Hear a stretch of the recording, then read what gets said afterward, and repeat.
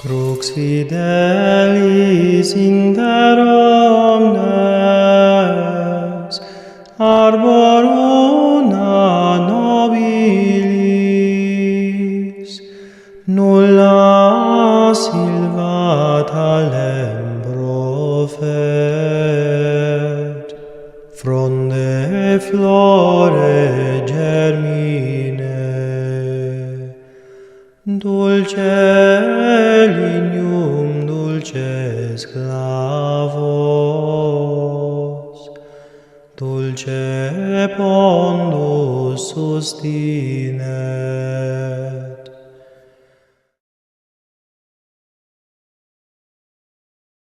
Um dia da vida de Dom Bosco. Despertar. Deus em primeiro lugar. Ao trabalho. Soam 4h30 na igreja de Nossa Senhora Auxiliadora. As badaladas do Ângelus vibram na meia-luz da madrugada. O sono ainda envolve a grande casa escura. Só uma janela se ilumina lá em cima. No segundo andar da ala direita, na extremidade da varanda que se estende ao longo dela. Dom Bosco se levantou. Dormirei só 5 horas por noite. Tinha escrito entre os propósitos tomados na véspera de ser padre.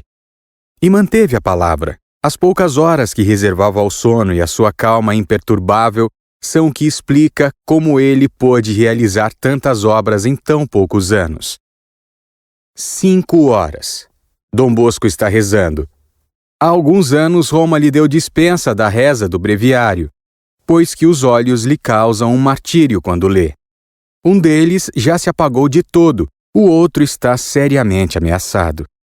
Por isso é que o Papa lhe disse: una-se de outro modo com a oração da igreja. É o que ele está fazendo agora, ajoelhado, de mãos juntas, olhos fechados, imóvel, inteiramente absorto em Deus. Oração ardente que reveste todas as formas, adora e agradece, pede e escuta. Dentro em pouco, ele terá que derramar por 1000 canais a luz e a força de Deus nas almas. Agora é o reservatório que se enche. A prece estimula a ação, quase como se fosse uma pontada. E ei-lo que na pequenez de seu escritório se põe a trabalhar. O trabalho de hoje é passar a limpo com sua letra grossa e desigual um rascunho terminado à noite. É um memorial que está preparando e que tem o seguinte título: Urgentes necessidades que somente o vigário de Cristo pode dar um remédio.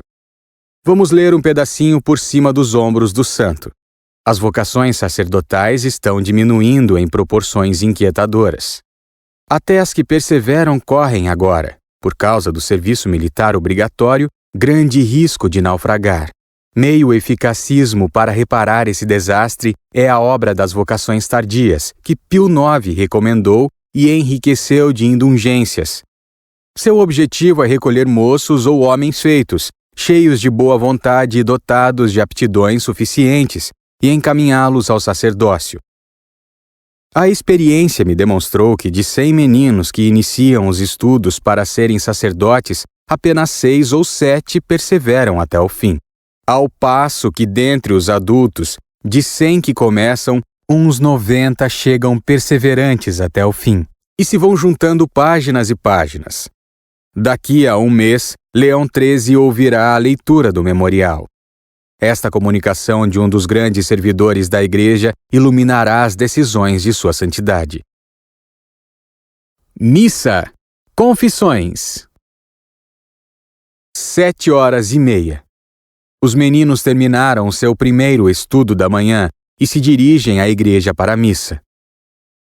Dom Bosco lá chegou antes deles e está aguardando na sacristia seus penitentes cotidianos. O confessionário está colocado entre 2 portas que dão para o presbitério. Nesse lugar ele vem confessando desde 1868 e confessará até 1886. E no seu estilo, como o fazia na igreja de São Francisco de Sales, ou já antes na Capela Pinardi, ou mesmo nos primeiros tempos no campo dos irmãos Filipe. Um genuflexório à direita, outro à esquerda. Dom Bosco no meio, o penitente com o rosto inclinado para o ombro do confessor. o santo a trazer para junto de si com a mão que lhe ficava livre a cabeça do menino. Esta manhã devem ser uns 50 os meninos que estão na sacristia, todos recolhidos a fazer seu exame de consciência. Um depois do outro vão se aproximando do confessor e passam rapidamente. Com esse pai fala-se com toda a franqueza. É um homem que lê nas consciências e por isso bastam-lhe 2 ou 3 frases para conhecer nitidamente as chagas mais ocultas. Quase 30 penitentes vêm ajoelhar-se a seus pés. À medida que o santo sacrifício se vai desenrolando, Dom Bosco mesmo vai diminuindo as filas. Há meninos que não precisam de absolvição, e o santo, com um leve sinal, vai indicando que podem fazer tranquilamente a comunhão. Depois das confissões, Dom Bosco se recolhe uns instantes e, em seguida, se veste para a missa. Celebrara com devoção, mas sem vagarosidade, empregando no máximo meia hora. Quando está no altar, o mundo desaparece para ele. Sua única preocupação é Deus, que desce do céu pela sua palavra. Suas genuflexões profundas, o acento com que murmuram as orações, a atenção contínua de todo o seu ser, e às vezes as lágrimas que lhe rolam dos olhos, revelam aos presentes o ardor de sua piedade. Quem é esse padre que celebra a missa tão bem? Perguntaram em Marsella ao padre Álbera. Não pode ser senão um santo. No pátio com os meninos. Quando sai da sacristia, são quase 9 horas. O recreio está no auge. Apenas os meninos o veem, correm em tropel ao encontro dele. É o primeiro contato familiar dos filhos com o pai. É uma cena sublime. Todos em disputa querem estar pertinho dele. Os primeiros que chegam lhe beijam a mão e ficam apertadinhos junto dele, suspensos a seus braços, familiarmente como está representado tão bem no motivo principal da estátua que se ergue na frente da igreja de Nossa Senhora Auxiliadora. Os que chegam depois se esforçam para furar o cacho humano que se avolumou rapidamente e querem fazer-se ver, querem recolher alguma de suas palavras, um seu sorriso, querem sentir a doçura de sua mão a pousar-lhes na fronte ou nos ombros. Os últimos, enfim, se apinham ao redor dessa massa ondulante que de improviso deixou de gritar e cantar. E caminhando lentamente, pois que a aglomeração é tão unida que lhe atrapalha o passo, Dom Bosco vai falando. A este diz uma palavra afetuosa, aquele faz uma pergunta. A um terceiro lança um olhar que significa um mundo de coisas. Ao quarto sussurra ao ouvido um conselho precioso. Vai brincar, vai. Diz ao menino que há muito tempo vem fugindo dele e que esta manhã teve coragem de lhe vir beijar as mãos. Mas dizendo estas palavras, dirige logo a atenção a outros, sem largar a mão do pequeno. Como é? Estás ainda aqui? Exclama depois de um pouquinho, voltando-se para o prisioneiro. Não queres ir brincar? E dessa vez deixa-o em paz. Mas o menino compreendeu. Como é isto? Estás doente? Pergunta um jovem ginasiano, já dos mais adiantados. Eu doente? Não, senhor, Dom Bosco, pois me estava parecendo. Estás tão verde. Mas eu estou me sentindo perfeitamente bem. Mas eu te digo que estás verde. Não compreendo. Pensa um pouco e compreenderás. Daí a 10 minutos, já o rapaz refletiu e compreendeu que ele se está parecendo com a figueira do Evangelho. Só folhas e nada de frutos. Agora a turma para. Chegou a 2 passos do refeitório e Dom Bosco sente necessidade de provocar uma boa risada, para poder afastar-se com mais facilidade. Atenção! Vamos tomar exame de vocês. Qual é o melhor vinho do Piemonte? O Barbera, o Barbera! Gritam todos os de Asti. Não, o Barolo! Brandam os de Alba. Absolutamente! É o Moscatel de Canelli, protesta alguém em nome de sua terra. E se fosse o Caluso? Sugere Dom Bosco. Vocês não conhecem aquele vinhozinho adocicado, cor de ouro, que escorre como xarope? Isso mesmo, isso mesmo. É o Caluso, gritam todos os meninos. Pois olhem, Vocês estão todos enganados. E então qual é? O melhor vinho para mim é o que está no meu copo. E com esse gracejo que desperta em todos a maior alegria, Dom Bosco manda a criançada brincar e empurra a porta do refeitório, onde o espera uma modesta xícara de café. Audiências. Os que vêm visitá-lo. Paciência e bondade. 9 horas. Dom Bosco mal teve tempo de tomar seu café e subir para seus aposentos, que já começa o suplício das visitas. A sala de espera já está cheia de gente. A fama de santidade convocou ao redor do servo de Deus todas as misérias da alma e do corpo, e todas as manhãs, 10, 20, 30 pessoas se levantam dizendo: hoje vou visitá-lo, vou falar com ele, vou pedir-lhe um conselho, expor uma dúvida, pedir um milagre. Pobre Dom Bosco! Foi-se o tempo em que ele tinha toda a manhã à sua disposição e podia até ajudar sua mãe a varrer, descascar batatas e remendar roupas para os garotinhos do primeiro oratório. Talvez tenha saudade, pois agora não é mais dono de si mesmo. Tem que passar 3 horas inteirinhas pregado numa cadeira, dando audiências aos que vêm visitá-lo. E quantas histórias dolorosas! É uma vocação que precisa ser esclarecida. Uma mãe que espera uma palavra de consolo para poder suportar o tormento das ingratidões de um filho pródigo. São credores que não querem deixá-lo em paz. É um importuno que não se vai embora, se não receber uma carta de recomendação. É uma miséria oculta a qual é necessário socorrer secretamente.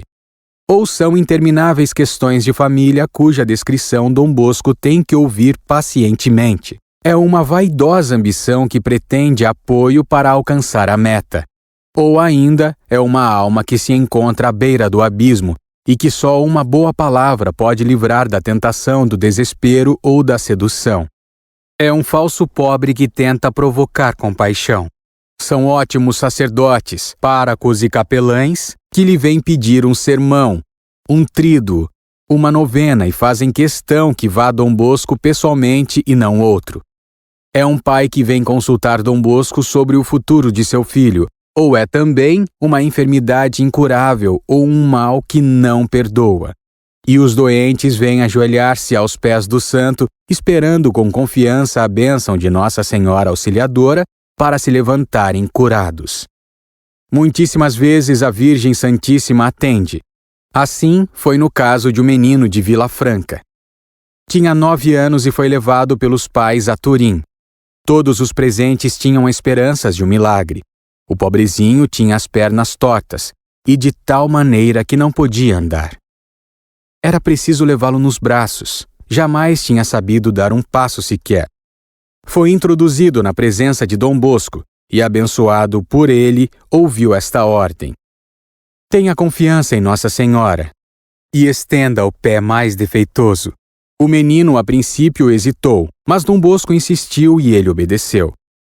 Ajudado pelos pais, estendeu um pé, depois o outro. Então, os pais o deixaram livre, e o doente se pôs a caminhar sozinho. Como corre! Exclamaram os pais. E o casal se afastou, bendizendo a Dom Bosco e olhando maravilhado para o filhinho que lhes ia correndo na frente. De fatos como este, quantas vezes foram testemunhas os humildes aposentos de Dom Bosco. Quando o peregrino ou visitante atravessa esta antessala e este quarto, pisa uma terra sagrada, na qual a Virgem Santíssima se dignou tocar com sua mão milagrosa corpos enfermos e almas doentes. Diante dessas misérias, o coração de Dom Bosco se sente imensamente penalizado. E o santo exclama: pobre gente! Vêm de tão longe, são tão infelizes. Contam seus sofrimentos com tanta confiança e esperam com tanta paciência horas e horas na antessala. Não se pode deixar de atender a seus pedidos.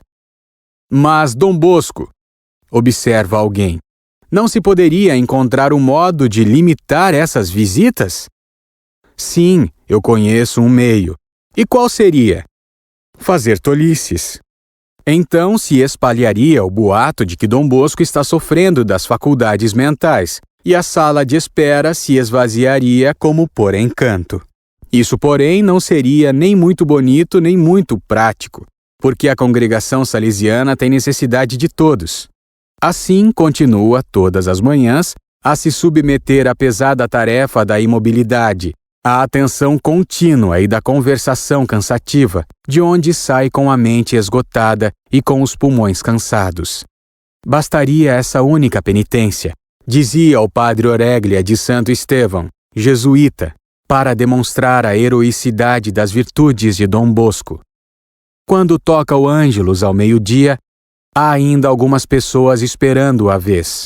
O santo as recebe com toda a paciência. Ouve-as e lhes dá conselhos. O estômago pede que tenha compaixão, a cabeça está a estalar. Sente cãibras nas pernas, mas dos lábios não lhe desaparece o bondoso sorriso. Finalmente, já depois das 12h30, é que pode descer ao refeitório. A refeição familiar. Uma coroa de filhos. A hora de Deus. Sua primeira colherada de sopa coincide geralmente com a sobremesa dos salesianos, que devem logo deixá-lo para estar com os alunos no recreio. O lugar deles é tomado por uma turma de meninos que estavam só aguardando a hora que saíssem. E é precisamente o melhor tempero de seu modesto alimento a presença desses meninos, que o interrogam, respondem às suas perguntas, escutam, riem ou ficam simplesmente a contemplá-lo.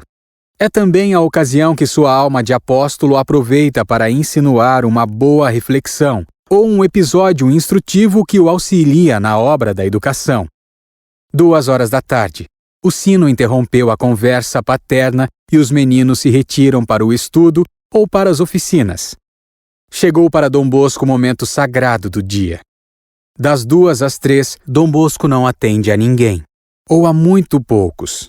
Reservou esta hora inexoravelmente para se entregar à oração. Sabem que ele está na capela e todos respeitam essa solidão sagrada.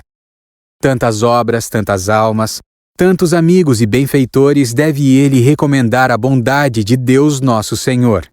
Tantas luzes deve pedir e tantas forças para uma etapa a mais que pretende alcançar. Tantas ações de graças deve render à infinita misericórdia que fez do pastorzinho de Beck este grande realizador e apóstolo. Correspondência. Cartas expressivas. Assim mesmo, Dom Bosco não pode prolongar demasiado sua oração, pois lá estão a esperá-lo uma porção de cartas que pedem resposta. No escritório não poderá contar com horas tranquilas, que lhe bastem para escrever todas elas. Porquanto se sabem que está presente, começarão a aparecer em cada quarto de hora, ou um auxiliar, ou um credor, ou um fornecedor, ou um benfeitor, ou um de seus meninos. É preciso fugir. Então Dom Bosco toma o volumoso pacote de cartas, papel e envoltórios e sai. Vai ter alguma casa amiga, hoje uma, amanhã outra, onde sabe que não poderão encontrá-lo. Lá se acha um escritório à sua disposição, com tinta, penas e até selos. E antes de chegar à noite, o santo dá conta de toda a correspondência mais importante. A um de seus salesianos, que parece esquecido do bom pai e até da própria alma, escreve o seguinte: várias cartas recebi de você e sempre com imenso prazer.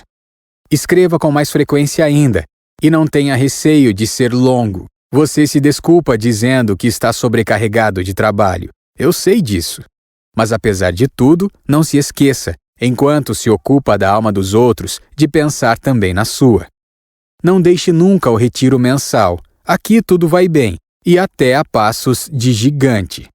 Quando temos um salesiano quase maduro, há sempre 2 casas que lutam para ganhá-lo. Às vezes são plantinhas tenras que expomos assim a ventos tão terríveis. Por isso peça a Nosso Senhor que as proteja e as faça frutificar. Deus o abençoe, meu filho. Querer-lhe-ei sempre como as pupilas de meus olhos. Trabalhe muito. A recompensa nos espera um dia no céu. Ibi nostra fixa sint corda. Ubi vera sunt gaudia, Reze por mim que serei sempre de todo o coração seu amo. Um irmão coadjutor que está precisando de uma palavra de animação escreve às pressas esse gracioso bilhete. Meu querido Sapa, que portanto o teu nome venha de sapere, ser prudente, e não de zapare, trabalhar com enxada, e tudo irá às mil maravilhas.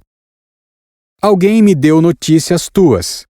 Faze de tudo para que sejam sempre boas como eram antigamente. Trabalho e obediência farão tua felicidade. Nosso Senhor te ajude a dar sempre o bom exemplo. Reza por mim como eu rezo por ti, e crê-me sempre teu dedicado e amo. A seu amigo de Marsella, Cônego Guiol, cura da paróquia de São José, que parece estar perdendo a paciência por causa do trabalho que estão dando os inícios da obra salesiana nessa cidade, envia estas promessas e estas normas muito precisas. Prezado Senhor Cura, compreendo sua preocupação por causa da escassez de pessoal, porque está passando o Instituto São Leão. Mas tenha paciência. Dentre em breve irão ficar com o padre Bolonha, mais 2 sacerdotes e um clérigo já em véspera de receber as ordens maiores. E lhe prometo mais outros ainda para o futuro, à medida que forem sendo necessários.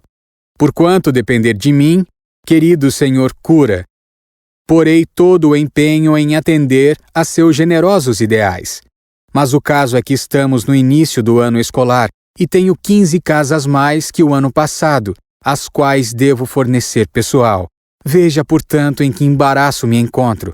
Mas apesar de tudo, faço questão de vê-lo contente com os salesianos, pois Vossa Reverendíssima é um dos nossos melhores amigos e cooperadores. Não me é possível ir a Marsella até o fim do outono, mas tudo que Vossa Reverendíssima decidir de acordo com o padre Bolonha estará bem decidido, e eu subscreverei com ambas as mãos. Compreendo perfeitamente a necessidade de aumentar a casa, porque é de fato muito apertada. Mas onde arranjar dinheiro? Presentemente não disponho de coisa alguma. No próximo ano espero poder gastar 10.000 liras com essa obra. Pode ser que de vez em quando o padre Bolonha necessite de alguma soma. Queira ter a bondade de adiantar-lhe até o máximo de alguns milhares de francos. Depois me indique em quanto importa o débito, e eu farei questão de saldá-lo integralmente dentro de poucos dias, a não ser que sua caridade manifeste desejo de perdoar uma parte da dívida. Nestes dias esteve aqui em Turim o abade Roussel, de Paris, que gostaria de incorporar seu instituto ao nosso, para garantir-lhe a existência depois de sua morte. Digo-lhe isto porque sei que esse bom padre deve passar por Marsella quando voltar a Paris, e vai visitar aí a nossa obra e falar com Vossa Reverendíssima. Como vê, estou lhe falando com toda a confiança, como ao mais leal dos amigos. Faça a Vossa Reverendíssima a mesma coisa comigo. Quer aprove, quer desaprove as minhas ideias, procurarei seguir os seus conselhos, tomando as decisões que parecem mais oportunas para promover a glória de Deus. Conserve-nos o Senhor a ambos na sua santa graça. Querido Senhor Cura, sou sempre de Vossa Reverendíssima, muito dedicado e agradecido servo e amigo. Agora é um dos seus melhores missionários, o padre Costa Magna, que saiu há poucos dias como chefe de uma expedição que dirige as recomendações e conselhos seguintes. Meu querido filho em nosso Senhor Jesus Cristo, sua partida dilacerou-me o coração. Quis fazer-me de forte, mas senti uma dor imensa. Durante toda a noite depois de nossa separação, não fui capaz de conciliar o sono. Hoje estou mais calmo, graças a Deus. Dentro desta encontrará um envoltório para o senhor Bergasse de Marsella. Queira entregá-lo. Não se esqueça, passando por lá, de fazer uma visita à senhora Jacques. Diga-lhe que pode ficar certa que a primeira criança que vocês batizarem terá o nome de Águida. Deus o abençoe, meu filho querido, e com você a todos os seus companheiros. E a Virgem Dulcíssima os proteja e conserve a todos. Agora alguns conselhos que poderão servir de guia aos salesianos todos da América e alimentar-lhes a meditação durante o retiro, que irão fazer dentro de breves dias. Gostaria de fazer-lhes uma conferência sobre o espírito que deve animar todos os nossos atos e todas as nossas palavras. O sistema preventivo fique sempre no seu lugar de honra nos nossos institutos. Jamais castigos violentos, jamais palavras humilhantes, jamais repreensões severas em público, doçura, caridade e paciência. Eis as nossas virtudes. Usem-se castigos negativos e sempre de modo que os que recebem fiquem afeiçoados a nós mais ainda do que antes. O salesiano procure ser gentil com todos. Nada de rancores, nada de vinganças, mas uma alma pronta a perdoar e a esquecer o que se passou. A doçura nas palavras, no modo de agir, em dar conselhos, consegue sempre penetrar os corações. Eis aí o tecido no qual você e os outros pregadores poderão bordar suas variações nesses dias de retiro do fim do ano. Adeus, querido filho. Boa viagem. Aqui fica toda uma multidão rezando comigo por intenção de vocês todos. Há um jovem aluno do primeiro ano de liceu que está passando uma semana de descanso em casa dos pais e que lhe escreveu uma cartinha respeitosamente afetuosa. Responde assim paternalmente: Meu caríssimo filho, tua carta me causou imenso prazer, porque me revela claramente que compreendes o afeto que te consagro. Sim, meu filho, amo-te com todo o coração, e minha ternura deseja fazer-te progredir o mais possível no estudo e na piedade, para te guiar pelo caminho do céu. Lembra-te dos conselhos que te dei em 1000 circunstâncias diversas. Alegria, mas alegria verdadeira. Essa que nasce de uma consciência limpa de todo o pecado. Estuda assim, para te tornares muito rico, mais rico de virtudes, porque riqueza maior de todas é o santo temor de Deus. Foge dos maus companheiros, procura a companhia de meninos direitos e principalmente põe-te nas mãos do teu pároco. Para caminhar sempre pelo bom caminho, não tens que fazer outra coisa senão seguir seus conselhos. Muitas saudações a teus pais e reza por mim. Um caso de outro gênero. Um benfeitor fidelíssimo encaminhou para o oratório uma mãe que aí desejava matricular o filho. O santo não pôde aceitar o menino e explica o motivo. Caríssimo senhor barão, lamento que o menino roço que me veio visitar tenha tido que voltar para casa sem arranjar nada, mas não pude mesmo aceitá-lo. Primeiro, porque não tenho nenhum lugar disponível, e depois, a mãe dele estava trajada tão elegantemente que até fiquei sem saber se lhe devia estender a mão. Não posso receber no meio de meus pobres alunos, a maior parte deles completamente abandonados, meninos cujos pais se vestem com tanto luxo. Espero que sua bondade há de perdoar o não ter atendido a seu caridoso desejo. Peço-lhe a esmola de uma oraçãozinha por mim e me professo amigo muito devotado e indômino. E assim, outras respostas se juntam à precedente. A pena vai correndo, e as páginas se vão enchendo dessa letra calcada e que tende sempre para o alto. Desce a noite, acendem-se as lâmpadas. Dom Bosco precisa parar. Os médicos, para salvar-lhe o pouco de visão que lhe resta ainda, lhe proibiram inexoravelmente ler ou escrever à luz artificial.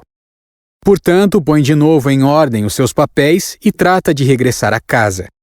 No caminho, visita a Consolata, o antigo santuário querido de toda a cidade. Quantas lembranças lhe revivem na memória! A sua segunda missa, a velha mãe que ali esteve rezando tantas vezes, o padre Cafasso, a romaria de ação de graças de seus meninos nos primeiros tempos do oratório. Essas e outras recordações agitam-se-lhe na alma enquanto se vai prostrar para rezar uma filial oração. Audiência dos filhos. Ceia em família. De novo os meninos. Mais uns passos ainda e o santo estará em casa. Seus filhos, os salesianos, o estão esperando. Mal teve tempo de depor o chapéu e de desfazer-se da poeira da rua, e já lhe estão batendo a porta. Falta só 1 hora para a ceia, mas ele a empregará todinha em iluminar, fortificar e consolar os continuadores de sua obra, em enchê-los de seu verdadeiro espírito, em acender em seus corações a chama de amor que arde no seu. 8h, a ceia da família. Desta vez Dom Bosco não chega atrasado, e é ele quem benze a mesa e preside. Alguns versículos do Santo Evangelho e um pouco de leitura. Segue-se uma deliciosa conversa do pai com os filhos que lhe estão perto, todos cheios de vida, de confiança, de simplicidade, de alegria. São os traços da fisionomia espiritual que o velho patriarca soube imprimir em seus filhos. E ele os contempla satisfeito.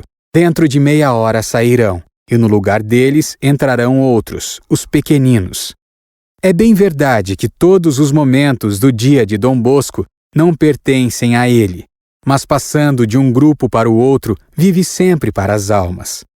Renova-se a cena do meio-dia, com um sabor de afeto íntimo talvez mais notável ainda. Orações da noite. 9h. O sino toca para acabar o recreio. Cessam de repente as conversas e os meninos se reúnem sob as arcadas. Um cântico entoado por 700 vozes enche toda a casa e se espalha no ar. Depois todos juntos rezam as orações. Dom Bosco fica no meio, ajoelhado no chão. Sua voz de tenor se distingue um pouco das outras. O fervor de seu coração transparece sublinhando as palavras do Pai Nosso. Terminadas as orações, ajudado pelos que estão mais próximos, sobe a um modesto púlpito. Corre os olhos sobre toda a multidão que rodeia e fala. Fala como um pai aos filhos. Familiarmente, afetuosamente. Meus caros filhos, como todas as tardes se costumam entregar todos os objetos encontrados durante o dia, mesmo os pequeninos, não é possível acreditar que haja no meio de vós alguém com alguma coisa que não lhe pertença. Porém, como o demônio é malvado e poderia nesse assunto tentar falsear vossas consciências, deixai que vos lembre que o furto é o de todos os vícios do mundo o que mais desonra a quem o pratica. Quando se apanha em flagrante alguém que furta, não é mais possível tirar da cabeça esta ideia. Fulano é um ladrão. Vocês sabem de uma coisa? Murmuram os colegas quando voltam à própria terra nas férias. Fulano de tal é um ladrão. Fulano é um ladrão, dizem todas as línguas do lugar. E acabou-se. A fama está feita. Todos fugirão desse infeliz. Mas isso não basta. O que é mais terrível é a ameaça de Deus. Os ladrões não entrarão no reino dos céus. Dizei-me, meus caros, sois capazes de fazer entrar alguma coisa nos olhos? Nem uma palhinha bem pequenina, não é verdade? Pois a mesma coisa acontece no céu. Lá não entra nenhuma palhinha que pertença a outrem.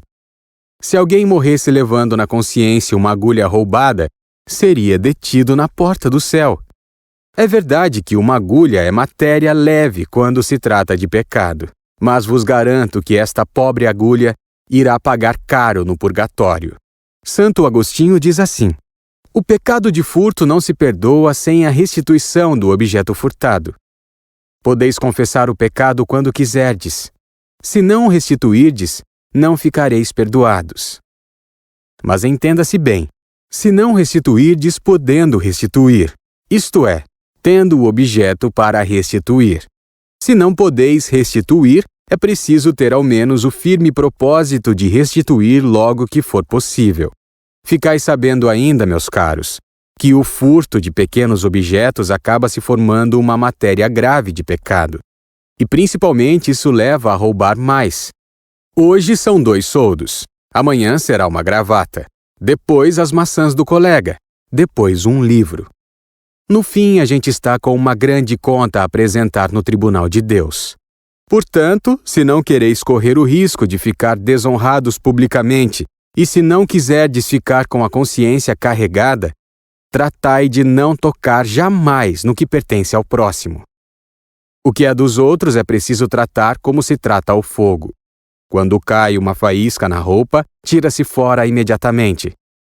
Do mesmo modo, se vemos perto de nós alguma coisa que não nos pertence, fosse embora a mais insignificante, deixemo-la onde está. Se precisardes de alguma coisa, pede-a a vossos colegas. Eles são tão bons que não vô-la hão de recusar. E mesmo que vossos companheiros não vos entendessem, aí estão os superiores a quem recorrer, e que vos darão tudo o que estiver na medida de suas possibilidades. Boa noite. Um coro uníssono e sonoro responde a esta saudação, e Dom Bosco, sempre ajudado por alguém, desce de sua tribuna. Meninos e superiores ocupam-lhe ainda as últimas horas. Todos então o rodeiam para tomar-lhe a bênção antes de ir dormir. Alguns esperam porque têm uma palavrinha para lhe dizer, uma pergunta ou uma confidência, ou mesmo porque Dom Bosco lhes fez sinal que esperem. É o momento dos diálogos breves, mas de quanta eficácia. Como vais? Otimamente. Mas e a alma? Ah, isso! Se morreres esta noite, estarias preparado? Não muito.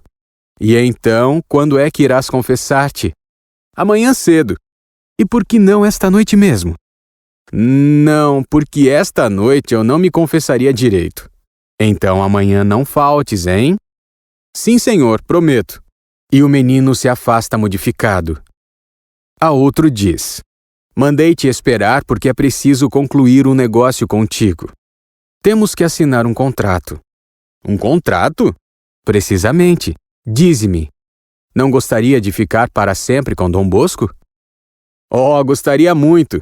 E até já tinha pensado nisso, mas não sabia como dizê-lo ao senhor. Pois então vai ter com o Padre Rua e dize-lhe que quero fazer um contrato contigo, e ele compreenderá logo. E o noviciado salesiano contava com um noviço a mais.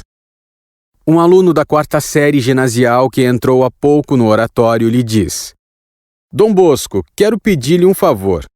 Qual? Queria ir confessar-me na igreja da Consolata. Pois não, somente te darei um companheiro para ires. E me deves prometer uma coisa. Qual é? Que não deixarás de dizer ao confessor isto e mais isto. E Dom Bosco lhe diz com exatidão o pecado que o menino vinha ocultando nas confissões que fazia. Oh, Dom Bosco, mas nesse caso não é preciso que eu me vá confessar noutra igreja. Está bem, pois então te espero amanhã. E o pequeno aluno de latim se afasta alegre, com o coração a aparecer-lhe como que mais leve. Um quarto menino lhe diz com ar desolado, mostrando-lhe uma carta. Leia, Dom Bosco. O senhor ecônomo escreveu isto à minha irmã, porque eu não posso mais pagar as 10 liras mensais, portanto tenho que me ir embora. O santo lê a carta, e enquanto vai subindo a escada, faz o menino contar as penosas condições da família. Ao chegar à porta do quarto, o bom pai diz ao menino: toma uma pitada, e lhe chega ao nariz uma velha tabaqueira que lhe enchem uma vez por ano e que está ali, como que esquecida sobre a mesa. O menino aspira o rapé e espirra. Dom Bosco acha graça, ri, e o menino ri também, esquecendo-se completamente do que lhe estava causando mágoa. Bem, fica tranquilo, completa Dom Bosco. O ecônomo não foi dormir ainda. Vai procurá-lo e dite-lhe que deixe por minha conta todas as tuas dívidas passadas, presentes e futuras. Sim, senhor. Mas se ele não acreditar em mim? Se não acreditar, faze assim. Sairás pela portaria e reentrarás pela igreja. Mas agora vai dormir. E o menino desce a 4 os degraus da escada e corre a levar ao ecônomo a ordem de Dom Bosco. Depois são alguns superiores da casa que aproveitam para lhe dizer alguma palavrinha nesse único momento livre que tiveram. Às 11 ainda está ali, o santo ouvindo, interrogando, respondendo. Finalmente, depois de todos se retirarem, parece que o dia está terminado. Última oração. O repouso. Antigamente, em certas noites, quando já todos estavam dormindo, ele enchia as páginas do manuscrito que se ia transformar no número das leituras católicas. Belos tempos aqueles. Hoje está envelhecendo, as forças vão diminuindo E vem chegando a noite em que ninguém mais pode trabalhar. Paciência, murmura resignando à santa vontade de Deus. Atravessa a antessala, empurra a porta que dá para a varanda e ergue os olhos para o alto acima da cúpula do templo. Seu olhar descobre Nossa Senhora. Para ela sobe o último suspiro de seu coração. O relógio do campanário bate 11h30. Seriam horas de ir para a cama. Mas poderá mesmo dormir? Não é coisa tão certa. Pode vir um desses sonhos que o conservam agitado toda a noite e lhe fazem acordar exausto no dia seguinte. De fato, parece até que a vontade do céu, não tendo podido ir-lhe ao encalço no correr do dia saturado de ocupações, vem aproveitar-se da calma suave da noite para se lhe manifestar durante o sono.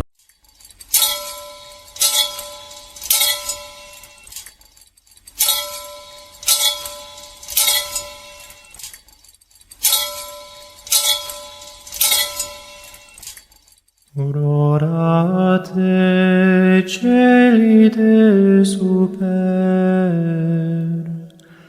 et nubes pluant justum. Aurora te celi de super, et nubes pluant justum. Ne iras caris Domine, ne ultra me mineris iniquitatis, ecce civitas sancti facta est deserta, Sion deserta facta est, Jerusalem desolata est, domus sanctificationis Tuae et gloriae Tuae, ubi laudaverunt te Patres nostri. Rodate celi de super, et nubes pluant justum.